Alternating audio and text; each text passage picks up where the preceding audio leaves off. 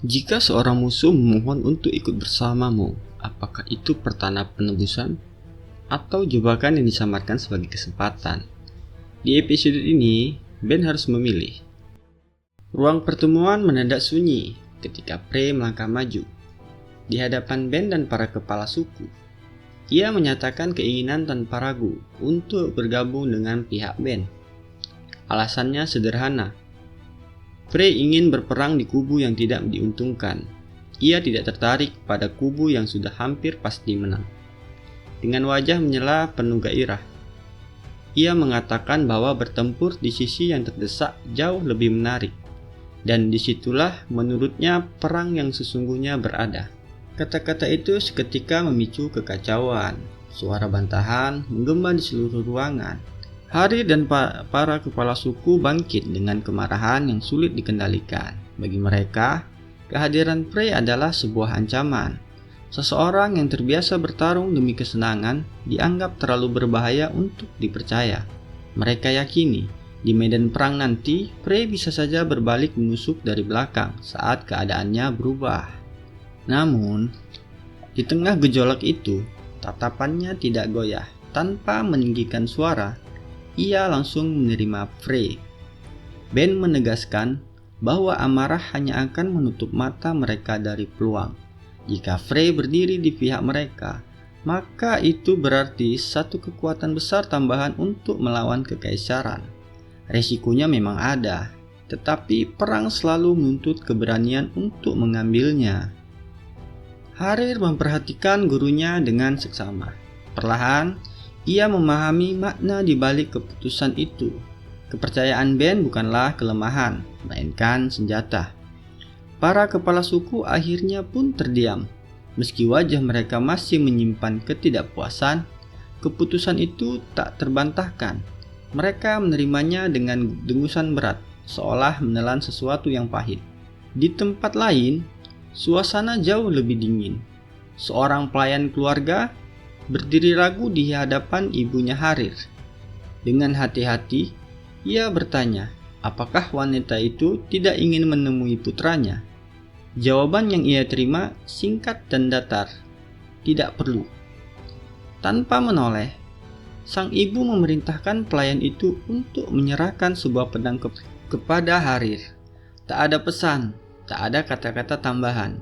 Harir berdiri di depan makam murah, dikelilingi keheningan yang menekan dada. Ia menundukkan kepalanya, suaranya lirih namun penuh beban. Harir mengakui bahwa dirinya masih jauh dari kata sempurna. Banyak kelemahan yang belum mampu ia atasi.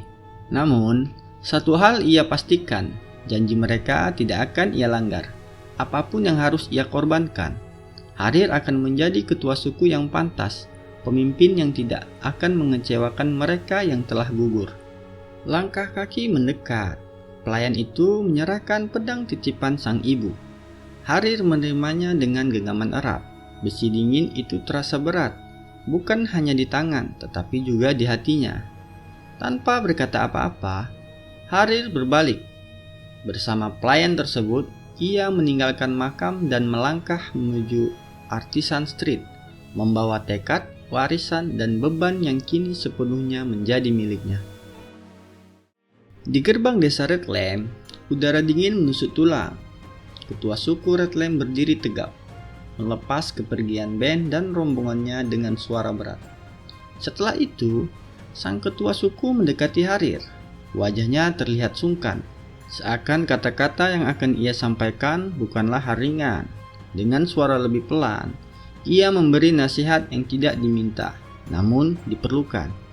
Ia mengingatkan Harir bahwa Ben, meski dipandang sebagai sosok luar biasa, ia masih bisa ragu, masih bisa goyah, sama seperti siapapun. Ben memikul terlalu banyak beban, kematian keluarganya, permintaan terakhir muridnya, dan bisikan pedang iblis yang terus ia tahan. Semua itu ia pendam sendiri. Ketua suku berkata bahwa Ben memaksa dirinya menjadi dingin dan rasional, bukan karena tidak memiliki perasaan, tetapi karena percaya itulah satu-satunya cara melindungi Harir. Ia tidak pernah benar-benar mengungkapkan isi hatinya kepada siapapun. Harir pun tertegun. Kata-kata itu membuatnya melihat gurunya dari sudut yang berbeda. Sosok yang selama ini ia anggap tak tergoyahkan, ternyata berdiri di bawah tekanan yang jauh lebih berat dari yang ia bayangkan, menahan gejolak di dalam dadanya. Tak lama kemudian, Harir, Frey, dan Ben memulai perjalanan mereka. Frey berjalan di belakang Ben, pakaiannya terikat ketat di tubuh. Ia terlihat tidak sabar, seolah medan perang adalah tujuan yang sudah lama ia rindukan. Dalam perjalanan, mereka menghadapi berbagai rintangan, menemui makhluk buas menyerupai dinosaurus, kadal raksasa yang melintas wilayah mereka, hingga gunung bersalju yang memaksa mereka memperlambat langkah. Malam pun tiba. Ben berburu dan berhasil menangkap seekor kelinci yang akan menjadi persediaan makanan mereka. Saat Harir pergi mengambil air ke sungai, tersisalah Ben dan Frey di dekat api unggun. Kesempatan itu dimanfaatkan Frey. Ia bertanya dengan nada seolah santai, "Mengapa Ben mengetahui begitu banyak rahasia anak buahnya?" Ben menjawab singkat bahwa ia pernah mendengar beberapa cerita dari teman lamanya, meski ia sendiri tidak sepenuhnya yakin akan kebenarannya. Namun jawaban itu justru menyeret Ben ke ingatan yang kelam. Ia teringat percakapannya dengan Ryu, pria yang telah tertancap pedangnya si Ben. Saat itu, Ryu tergeletak di samping Ben dan berbicara dengan nada dingin. Ryu berkata bahwa ia menerima keadaan dengan lapang dada, tetapi Ben tidak. Menurutnya, Ben menjadi gila hanya karena kematian seorang murid yang ia rawat dan besarkan. Lalu dengan gegabah mendeklarasikan perang terhadap kekaisaran. Ryu menyebut Ben bodoh atau mungkin terlalu peduli. Namun pada akhirnya, ia menyimpulkan bahwa Ben bukan keduanya. Ia hanya seseorang yang membutuhkan alasan untuk terus hidup. Saat itu, Ben menyuruh Ryu untuk diam. Ia mengingatkan bahwa membiarkannya hidup sementara bukan berarti ia melupakan masa lalu. Harga atas menyakiti kedua muridnya akan terus dibayar, bahkan setelah kematiannya. Ryu tertawa, lalu dengan nada meremehkan mengatakan bahwa yang mati seharusnya bukan wanita itu, akan tetapi pria berambut merah. Itu kesalahan terakhirnya. Ben mencekik Ryu hingga tubuhnya terangkat. Ia menjelaskan bahwa dulu ia membiarkan Ryu hidup sebagai peringatan agar bertobat. Namun keputusan itu adalah kesalahan. Kali ini, Ben tidak akan berhenti di tengah jalan. Tatapannya saat itu begitu menyeramkan. Bahkan kenangan tersebut masih terasa jelas di benaknya. Kembali ke api unggun. Frey memandang Ben dengan senyum tipis. Ia berkata bahwa Ben bukan tipe orang yang menjawab hinaan dengan kepatuhan. Frey lalu melontarkan kalimat bernada main-main, namun berbahaya. Membunuh satu orang kau dianggap penjahat, dan membunuh 10.000 orang kau disebut pahlawan. Aku sangat menantikan hari ketika muridmu menyadari itu. Ben pun tidak menanggapinya. Keesokan harinya, mereka tiba di desa Lipret. Tujuan mereka sederhana, mengisi kembali persediaan sebelum melanjutkan perjalanan. Frey mengganti pakaiannya agar tidak mencolok, dan Ben mengenakan topengnya. Ben dengan tenang dan percaya diri mengatakan bahwa penyamaran mereka tidak mungkin ketahuan. Namun keyakinan itu keliru. Tatapan para penjaga mulai mengarah pada mereka, dan dalam sekejap, suasana pun berubah. Para penjaga mengepung dari segala arah. Ujung-ujung tombak diarahkan lurus ke dada Ben dan rombongannya. Udara menegang. Satu kesalahan saja bisa berubah menjadi pertumpahan darah. Namun, sebelum situasi memburuk, seorang penjaga melangkah maju dan mengangkat tangannya. Ia memerintahkan rekan-rekannya untuk menurunkan senjata. Dengan suara hati-hati, ia memutuskan membiarkan mereka lewat, bahkan menawarkan diri untuk memandu mereka di dalam desa. Sebut saja namanya Sueb. Dengan nada setengah bercanda, setengah gugup, Sueb mulai bercerita tentang rumor yang selama ini beredar di desa. Hantu dari Spear Tower. Dulu ia menganggap cerita itu tak lebih dari omong kosong. Namun kini, setelah melihat sosok yang berdiri tepat di depannya, Ia mulai percaya bahwa rumor itu mungkin tidak sepenuhnya bohong. Sueb mengaku bahwa dirinya dulu juga seorang petualang, sebelum akhirnya memilih menjadi penjaga desa. Di alun-alun, sebuah pertunjukan tengah berlangsung. Lagu yang dimainkan berkisah tentang petualang gagah berani yang menantang naga demi melindungi dunia. Sueb mendengarkan dengan wajah yang sulit ditebak. Ia berkata bahwa dulu lagu itu adalah sumber semangat bagi para petualang muda. Namun seiring bertambahnya usia, kenyataan menamparnya dengan keras. Impian itu memudar, dan ia berakhir menjadi penjaga desa. Meski begitu, mendengar lagu tersebut masih mampu menenangkan hati para penjaga, mengingatkan mereka pada sesuatu yang pernah mereka kejar. Ben menanggapinya dengan tenang, namun tajam. Ia berkata bahwa yang tertinggal bukanlah mimpi, melainkan diri mereka sendiri. Bukan dunia yang berubah, melainkan orang-orang yang berhenti melangkah. Ia menutup ucapannya dengan wajengan singkat. Terus kejar tujuanmu, tak ada tembok yang benar-benar menghalangi. Yang ada hanyalah pelarian dari kenyataan. Setelah itu, Ben pergi meninggalkan Sueb tanpa menunggu jawaban. Pertunjukan pun berakhir. Sueb bersiap pulang ketika sebuah suara lembut memanggilnya dari kejauhan. "Bolehkah kau mengantarku pulang?" Ia menoleh dengan wajah terkejut. Wanita cantik yang tampil di atas panggung tadi berdiri di belakangnya, menatap dengan senyum gugup. Mereka pun berjalan berdua, berbincang riang di bawah langit sore yang mulai gelap. Tiba-tiba, wanita itu menggenggam tangan Sueb. Ia terkejut dan refleks bertanya apa yang sedang ia lakukan. Dengan wajah memerah, wanita itu mengaku menyukainya. Ia mengatakan bahwa Sueb terlalu tidak peka, terlalu lama menyadari perasaannya sendiri. Keduanya pun larut dalam suasana, mabuk oleh perasaan yang selama ini terbendam. Saat akhirnya Sueb tiba di bar, ia segera meminta maaf karena terlambat.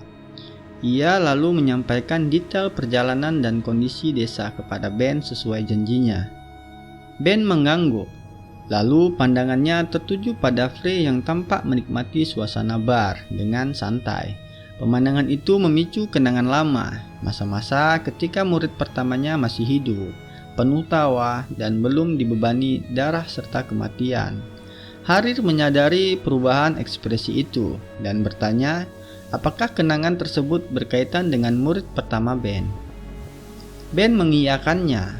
Harir pun menceritakan bahwa ia pernah bertemu murid pertama Ben saat menjalankan sebuah misi. Saat itu, murid tersebut membantu mereka menghadapi monster buas tanpa ragu, seolah bahaya hanyalah permainan. Namun kenangan itu terputus. Di kejauhan, dari arah desa Livret, tanah mulai bergetar.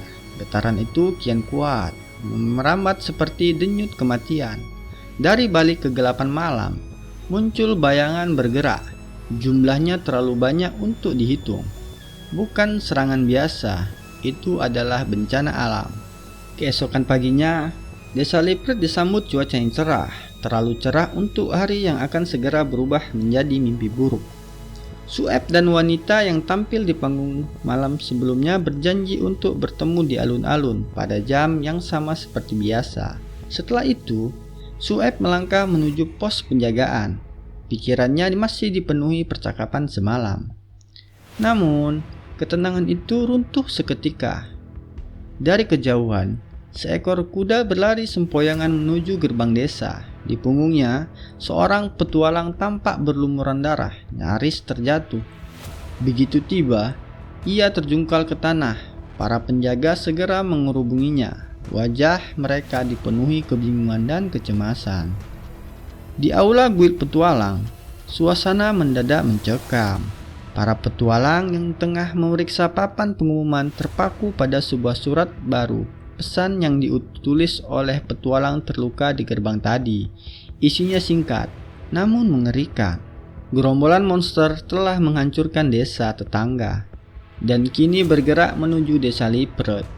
Waktu mereka kurang dari 30 menit. Biasanya, gerombolan monster tidak pernah mencapai jumlah sebesar ini. Selama bertahun-tahun, para petualang membasmi mereka sedikit demi sedikit.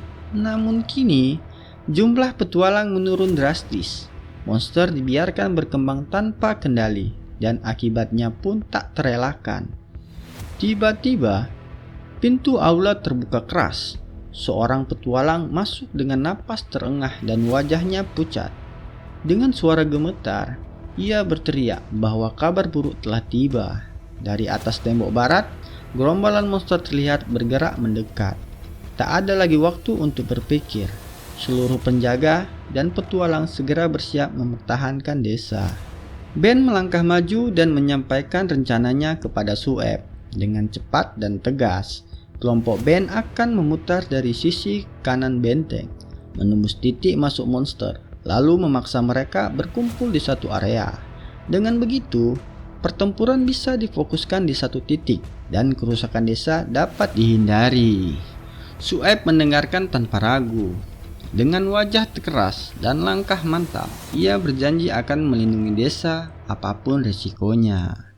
Di luar tembok desa, pertempuran meletus. Para penjaga bertarung bahu-membahu, menahan monster agar tidak menerobos masuk. Satu demi satu monster tumbang. Darah dan jeritan memenuhi udara. Namun Sueb segera menyadari sesuatu yang mengerikan. Level monster itu lebih tinggi dari laporan resmi. Kekaisaran telah berbohong. Belum sempat ia memperingatkan yang lain, tanah bergetar hebat.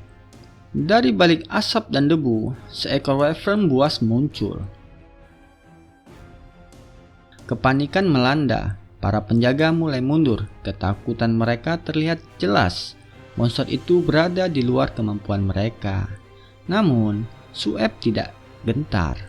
Ia berdiri di hadapan wyvern, menahan gemetar di tubuhnya, lalu berteriak agar rekan-rekannya mengevakuasi seluruh penduduk desa. Di dalam desa, kepanikan pun menyebar. Penduduk berlarian mencari perlindungan. Wanita itu menghentikan seorang penjaga dan bertanya, dengan suara hampir menangis, "Di mana Sueb berada?" Penjaga itu pun terdiam sejenak sebelum menjawab bahwa Sueb sedang menghadapi wyvern sendirian di luar tembok. Kembali ke medan pertempuran, Sueb bertarung dengan sisa keberaniannya. Ia melompat, menusuk, menghantam wyvern tanpa henti. Dengan napas tersenggal dan tubuh penuh luka, ia mengarahkan sisa mana ke satu serangan terakhir. Aura petir membungkus tombaknya.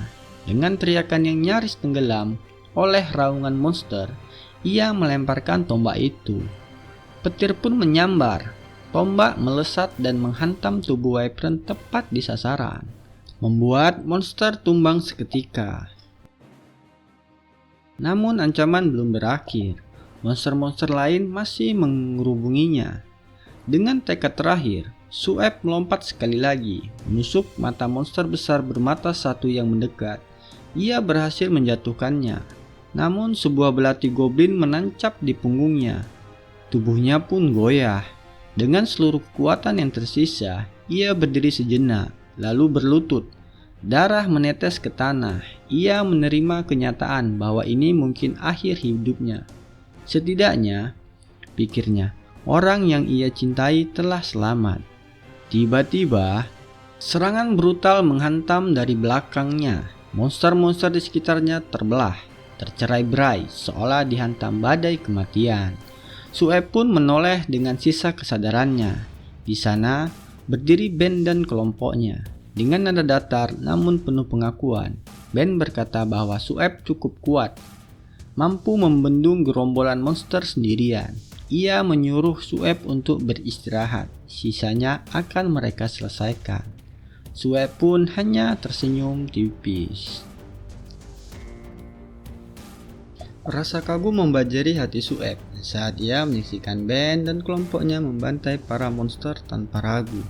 Gerakan mereka cepat, presisi, dan mematikan. Harir melesat ke depan, menghantamkan pedangnya tepat ke leher monster besar. Dalam satu tebasan, makhluk itu roboh tak bernyawa. Di sisi lain, Frey tak mau kalah. Dengan senyuman lebar di wajahnya, ia menerjang kerumunan monster, menyerang secara brutal tanpa sedikit pun gentar. Namun, tiba-tiba, seekor monster raksasa menerkam Frey dan menelannya hidup-hidup. Beberapa detik kemudian, darah muncrat ke segala arah. Frey menebas perut monster itu dari dalam, membelah tubuhnya hingga roboh.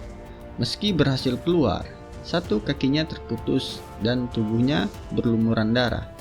Tanpa panik, Frey mengaktifkan kemampuan uniknya. Kaki yang terputus itu menyatu kembali seolah tak pernah terluka. Frey sempat memuji kemampuan Harir dan memberinya saran, namun Harir menolak mentah-mentah. Perbedaan pandangan itu memicu pertengkaran kecil di antara mereka. Tak lama kemudian, kekasih Sueb datang dan menegurnya, menyebutnya terlalu ceroboh dalam bertarung. Sueb langsung membalas dengan nada tegas. Menurutnya, semua luka itu tidak ada artinya dibandingkan rasa takut melihat orang yang ia cintai terluka. Ia bahkan menambahkan bahwa ia telah membunuh seekor wyvern, makhluk yang meski bukan naga, namun hampir setara dengannya. Ucapannya nyaris sama dengan syair yang pernah dilantunkan wanita itu. Ben tak mau kalah menunjukkan kekuatannya. Ia melompat ke tengah kerumunan monster, menebas mereka satu persatu hingga tewas seketika. Saat ia menyerang kaki monster raksasa mirip dinosaurus, tubuhnya terpental oleh serangan balik. Melihat itu, Frey mendorong Ben sambil berteriak agar ia menyelesaikan apa yang sudah dimulainya. Satu ledakan terakhir mengguncang medan perang. Monster raksasa itu akhirnya tumbang. Perang pun berakhir. Desa berhasil diselamatkan dari kehancuran total. Saat petang tiba, Ben dan kelompoknya bersiap melanjutkan perjalanan. Para penjaga dan penduduk desa mengucapkan terima kasih dengan penuh hormat. Sebelum pergi, Ben menyerahkan sebuah liontin kepada Sueb. Ia berpesan, setelah desa dibangun kembali, ukirlah lambang liontin itu pada bendera mereka. Akan tiba saatnya, ujar Ben. Kelompok dengan lambang ini muncul kembali. Saat itu terjadi, bergabunglah dengan mereka dan bertarung bersama kami. Dengan pesan itu, mereka pun melanjutkan perjalanan, meninggalkan desa yang kini diselimuti harapan baru.